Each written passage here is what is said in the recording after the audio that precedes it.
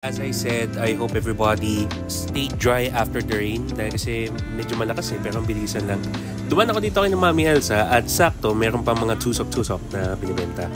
Kumuha tayo ng ilan at naipagamustahan lang Nung pumunta ako last week, si Ate Rose ay masama pakiramdam kaya hindi kami pang-abot at buti lang, napag-abot kami ngayon.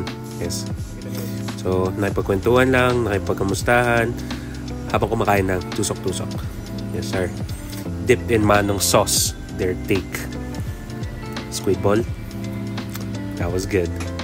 And wash it down with some gulaman. Tapos, nagpaalam. Babalik ako. As much as I can, gusto kong bumisita ka ng Mami Elsa pag natayari ako. Nagkataon lang na before this, ako ay nanggaling sa isang shoot dito sa Yal Triangle. Check it out na lang when it drops. And, yun. Basta, we make time. Okay, at dahil dyan, off to our next location.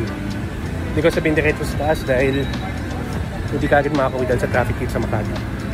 Holiday traffic.